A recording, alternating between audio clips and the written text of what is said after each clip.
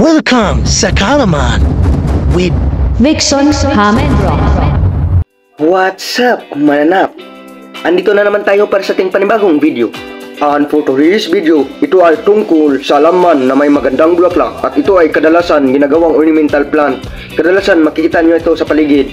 May malaking dahon. May malaking dahon siya guys ha, may malaking dahon.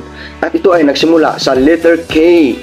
So bago tayo magsimula, shout out kay Sir Roland Bin Loruno from Pamplona. Shout out kay Sir Cornelio Pahe. Shout out sa Santa Catalina Viners, Santa Hanon, Kini. So ano pang inintay natin? So let's go and let's start. Alright, feature po natin ang Norso BC or Negros Oriental State University Bayawan Santa Catalina Campus. So ito na ang sinasabi kong halaman na nagsimula sa letter K. Calachuchi or kilala bilang Singapore Graveyard Flower na may scientific name na Plumeria obtusa.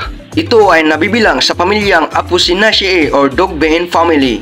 Ang Calachuchi na ito guys ay makikita sa may waiting shed malapit or in front of Karanuchi Barangay Hall. A waiting shed na nakaharap sa exit gate ng Norso BEC at ito ay nag-start na sa pagpamulaklak. Ang Calachuchi ay may iba't ibang kulay ng bulaklak. So ilalagay ko na lang sa screen. Gaano nga ba kaalaga ang Plumeria obtusa? Ito ay tinaguriang anti-stress. Ang aroma nito ay nakapag-relax ng muscles, nagpakalma ng nerves, and more. At sa mga beliefs, the Singapore Graveyard Flowers symbolize immortality and the spirit of renewal.